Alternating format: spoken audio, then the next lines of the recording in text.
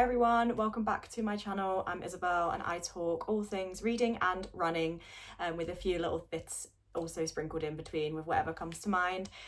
Considering we are halfway through the year, which is insane to me, I thought I would do a little half year kind of wrap up on all that I've been getting up to between January and June, and just having a bit of a reflection really on what I've read, how much I've run, where I've run, and yeah, just having a little bit of a catch up, I guess. So considering this is the backdrop, I thought I would start with my reads for the year. So I think I lied in my last video. I think I said I'd read 7 books this year, but that was a lie. I read 6. So, you know, it's not been my strongest year reading. I normally read like one every like 2 weeks, I guess. Like some people are crazy and can read like 6-7 books a month, but unfortunately I just don't have the time. But yeah, I am a bit behind this year. I do use Storygraph to try and track my progress. So as it stands right now, I'm on 6 books. My target for the year was 20. So I am a bit behind.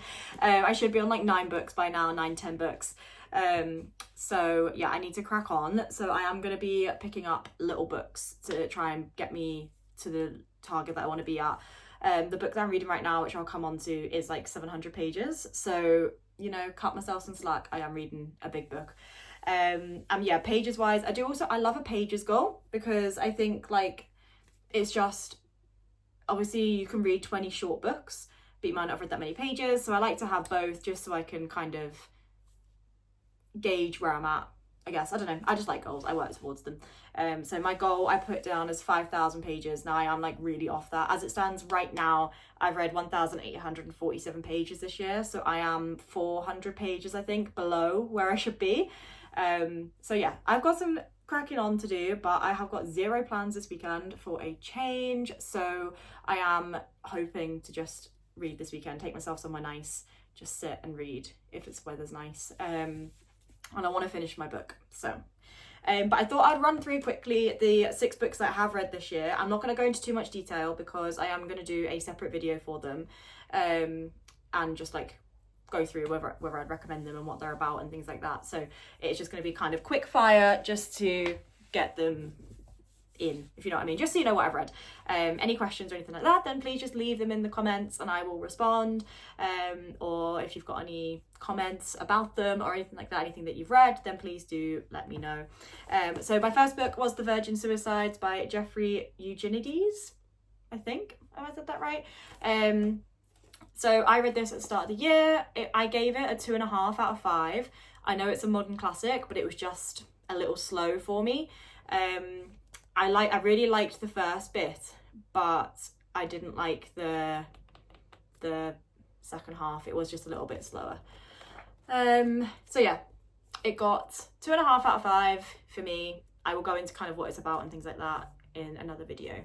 But yeah, then I read Heaven by Miyako Kawakami, and anything she writes, like, I would read. I love her so much. I'm trying to kind of space out her writings. I think I've only got 1 book left, which is only a novella left of hers to read, and I don't want to read it because then I've got nothing left. She's a Japanese author. She is my favourite author. Like, I literally cannot get enough of her writing. It is like liquid gold. It's just so poetic. It's so lyrical. She just describes how somebody's feeling so well. Like, she describes how I'm feeling better than I can. Like, so good. So yeah, this was Heaven. 5 out of 5, as all of her other books have had. All the Lovers in the Night and Breasts and Eggs. Thoroughly recommend them. I love Japanese literature anyway, but yeah, she's definitely up there. And the translator, which is always important to remember the translator. If it wasn't for them, we wouldn't have the fiction. These were translated from Japanese by Sam Bett and David Boyd. So 100% would recommend. A very brief synopsis: it's about 2 teenagers at school who both get bullied and they become friends as a result of their shared trauma. But it's just so much more than that. It's so much deeper than that. It was, yeah, I remember reading it and voicing it to my friends, like, you need to read this book. So 100% incredible. Probably actually best book of the year, probably so far. Then I read My Sister the Serial Killer by Oyinkan Braithwaite. Now, I gave this like a 3 out of 5. This wasn't anything spectacular for me. The OGs from Bookstagram will remember this like flying around in like 2020. I think I picked it up in a charity shop during lockdown when it was allowed like one person in a shop at a time. And I got it for £1, I think. This got a 3 out of 5 from me. I enjoyed it. It was easy to read. It was a quick book. It's only about 200 pages and the font's quite big. It wasn't anything special. It didn't make me think too much. It didn't make me like if I wasn't reading it, I wasn't thinking about it. But it was good. Premise of this one, very briefly, you've got 2 sisters, and what the sister basically kills her partners, and the protagonist has to kind of clear up behind her. But then the sister is then in a relationship with the one that the protagonist likes, a man the protagonist likes, and how that kind of navigates. I thought the relationships between the protagonist and her father were really interesting. And yeah, I love literature set in Nigeria. Chimamanda Ngozi Adichie is like one of my favourite authors, and I need to read Dreamcount like ASAP, but this just didn't quite hit the mark compared to her work. But yeah, it's an easy read. I would, like, if you're going on holiday, you could definitely get this in a day, easy peasy. So yeah, would I recommend? Depends on the vibe you're after. It's not bad, it's not great. Then I read Mayflies by Andrew O. Hagen. Now, Mayflies is a book kind of split in 2 halves. The first half is like them in the 1980s. It's a group of young Scottish boys, and they go to Manchester, and it's very, very like linked with the music scene. So if you're into kind of like New Order and the Smiths and things like that, like this is great, because it literally talks about them all. I had like their music on when I was reading it, and it really, really brought it to life. And then the second half is them as adults, and what their lives look like there. I think this was made for TV, I think.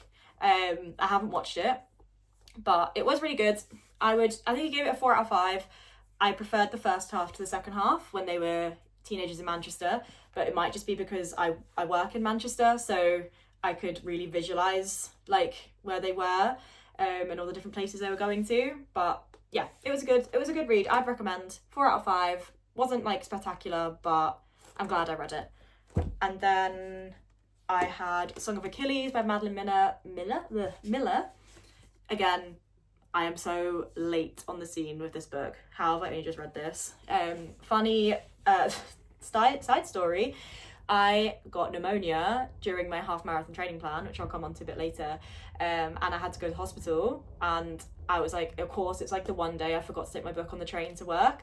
So on the way to hospital, I stopped at Waterstones and ran in and got a book, and I picked this up, and I read like 60-70 pages that day, just waiting for the doctors and things, and it was so good. I didn't cry at the end like everyone did, but I think it's because I knew what was coming because of the hype. If I didn't know, would I have done? Possibly. But obviously, if anyone doesn't know, it's a retelling of obviously the of Troy. So I don't even feel like I need to go explain it, to be honest. Everyone knows what this book is. I will explain it more in my next video, but yeah, this got a 4 out of 5 because I think the hype got to me a little bit with it. I'm not sure it was like as incredible as everyone was saying, but I do want to read Circe. Like, I would read more of Madeline Miller's work for sure, but it wasn't like, it was very story based, and I like a character driven book, so I think that's probably why I didn't like, wasn't like 5 out of 5. But did I enjoy it? Yes, 4 out of 5. I would recommend for sure. And then my most recent read is Orbital by Samantha Harvey, which won the Booker Prize this year. And it's only a little one, but oh my god, does it pack a punch. Like, it left me like speechless. I only read like a few pages at a time because the amount of like information that she can put into a tiny book is insane. It basically follows 6 astronauts / cosmonauts on the International Space Station, and they orbit the Earth 16 times in one day, and it follows that day. And the amount that she can put into, what was it, 130 pages, is it 136 pages, is insane. It makes you think about like politics and land borders. It makes you think about what's important to you. It makes you think about like the futility of war. It makes you think about like time and the concept of time. And it's just, when I was reading it, I had to stop so many times and just think. I was voice noting people about it. I was telling everyone to read it. Like 100%, you have to read this book. It's so poignant for this moment in time of everything going on in the news. Like, I will do another video on this for sure, but I would just 100% read it. It really makes you take a step back and reflect about what is important in your life and what isn't, and kind of how you can live your life to its most full without it feeling like there's no point to it. Because this book does that. 1 minute you're like, oh my god, I'm the main character, my life's so important, and the next minute you're like, I'm literally a speck of dust on this floating rock.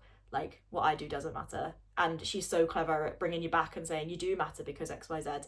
And yeah, a lot of discussions about this book. I love it. Would 100%, like 1,000% recommend it.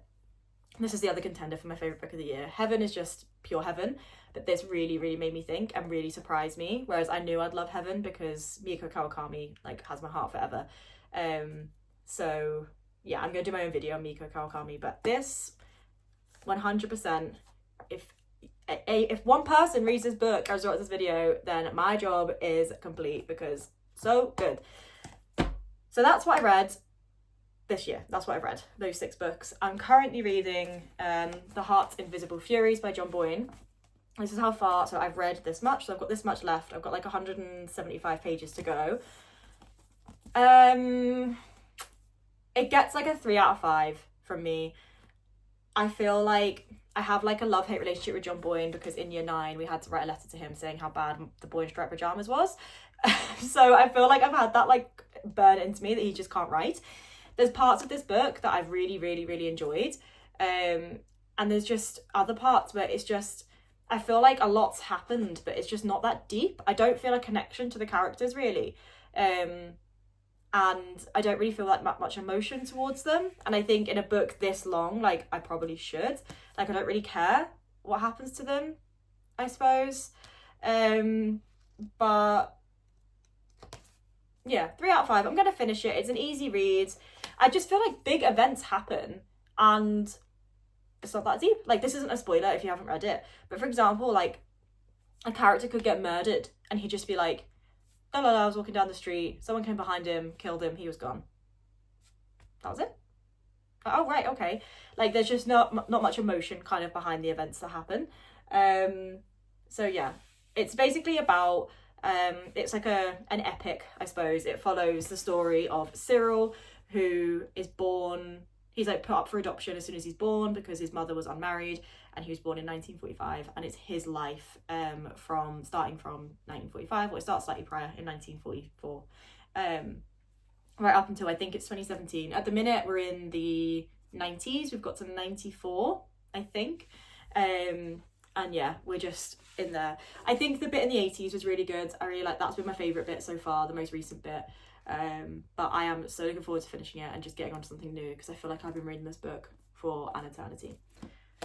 So yes, that is my current reads. So with that in mind, that's the reading section of this year done. 6 books, currently reading Heart's Invisible Furies, and let's see where the second half of the year takes us. Hopefully a little bit more reading is going to be done, fingers crossed. So with my running this year, sound like Forrest Gump then. With my running so far, I have ran 455 kilometers, well 455.9 kilometers, so 456 for argument's sake. That's what I have ran so far this year. That's not, I haven't really got like a yearly target or anything, I'll be honest. It's just a stat on Strava that makes me feel good. So that's how much I've ran. My current training plan for running is I try to run 3 times a week. I try to do 2 5Ks and a longer run of about 10K. It hasn't really, I'm trying not to be too harsh on myself if I can't stick to it, if I'm busy or whatever, because I'm not in a training plan at the minute. Like, I'm just trying to continue to run just to keep it up. So yeah, I'm not in a training plan, effectively, is what I'm trying to say. This year so far, I have competed in a half marathon. So I competed in Milan half marathon. Got my medal here to prove it. Although, how disappointing. Imagine running 13.1 miles and getting a wooden medal. A wooden medal. I was raging. I just ran 13.1 miles, basically threw up at the finish line. I will put the photo here of me finishing the Milan half marathon. Horrendous. And this is what I got to show for it. But oh well, if you didn't run 13 miles, you didn't get a wooden medal. So, you know, you don't do it for the medal, I suppose. So yeah, I started my training plan for that in December last year. I might do a longer video talking about the half marathon if it's what people are interested in. But I started that in December last year. So I trained all through the winter. I trained with pneumonia. I trained falling over in the ice. I trained with 2 chest infections. It was hard. It was really hard, but we got there. It was 16 weeks. I think it was probably a little bit too long. My next training plan is going to be 12 weeks because I was finished with it. By the time the half marathon came, I was like, I'm so bored. So yes, that was great. The half marathon in Milan. There's a whole story behind why I did it in Milan, which I'll go into one day, but it has kind of started a thing now. So I kind of ideally want to compete in different countries. I don't want to compete in the UK if I can help it. Just because it's a good way to see different countries. I love to travel. I'm trying to keep my countries above my age. So I'm 25 and I have been to 26 countries, but I am 26 next month, so I need to keep it up. So in October, I am competing in Munich half marathon. So I've never been to Germany, so that will be my 27th country, so that'll be great. So yeah, that's my plan. So I'm starting my next training plan on the 28th of July. I think, if I remember rightly, and that's going to be a 12-week training plan before Munich half marathon. Then I'll come out of that, and then I'll be going into a training plan for Paris marathon, which is wild to me. I'm running 5Ks at the minute. Like, how the hell am I going to do this for a whole marathon? But I've paid for it now. It's cost me a lot of money. So we're doing it. And that's in April next year. So I'll be doing a 12-week training plan for that. Maybe 16 weeks. I can't remember what I've set it out as. But there'll be a gap of about 8 weeks between Munich and the start for Paris half marathon. So I will then be competing in Liverpool half marathon. I know that's in the UK, but as part of my training plan for my Paris marathon. So yeah, I've got a lot of running to do between now and the end of the year, and I'm looking forward to it. I really, really enjoy it. I started running because one of my friends suggested a park run one time, so I was like, okay. I did Couch to 5K when I was at uni, and I was okay with it. I didn't love it, but I did complete it, but I didn't get the bug for it. And then when I moved into this house, my friend was like, do you want to come do parkrun? And I was like, yeah, okay. And I don't know, the parkrun bug got me. I wasn't very good. My first 5K, it took me like 37 minutes, which is a great time, but I stopped about 8-9 times. So pacing was all off. Like, it just wasn't ideal. So yeah, I got the bug there. Then I went to a different parkrun, the one near me, which is a lot hillier. And then, yeah, I decided to sign up for a 10K race because why not? Did a 10K race in November last year, did that in 53 minutes, 24 seconds, if I remember rightly. I'm just way below my target. Like, I thought I was trying to do it in an hour and I did it, like I smashed it. So that was great. And then, yeah, I signed up for the half marathon in January and loved it. So lots of running still to do. And yeah, lots of progress still to make. I did my half marathon. My half marathon time was 1 hour, 53 minutes. I can't remember the seconds, 38 seconds, I think. Which again was way under target. I wanted to do it in 2 hours, 2 hours 15, considering I did have pneumonia for a week of it. Well, for longer than that, but I only took a week off my training plan, which I got told off for. So yeah, I'm not sure what time I'm going to try and do for Munich, because Munich isn't as flat as Milan. Milan is the fastest half marathon race there is in Europe. So I'm trying not to hold myself too harshly that if I don't beat my Milan time, because there's going to be hills in this one. And I do run with hills now, but there wasn't any hills in Milan. It was so flat. There was one bridge and it wrote everyone off. Like everyone was like walking after that bridge. So yeah, definitely need to be hill training a lot more. So my plans for future running is I need to get into like this whole, I need to learn more. I need to learn about interval runs, tempo runs, all of that fun stuff, because I don't know about that.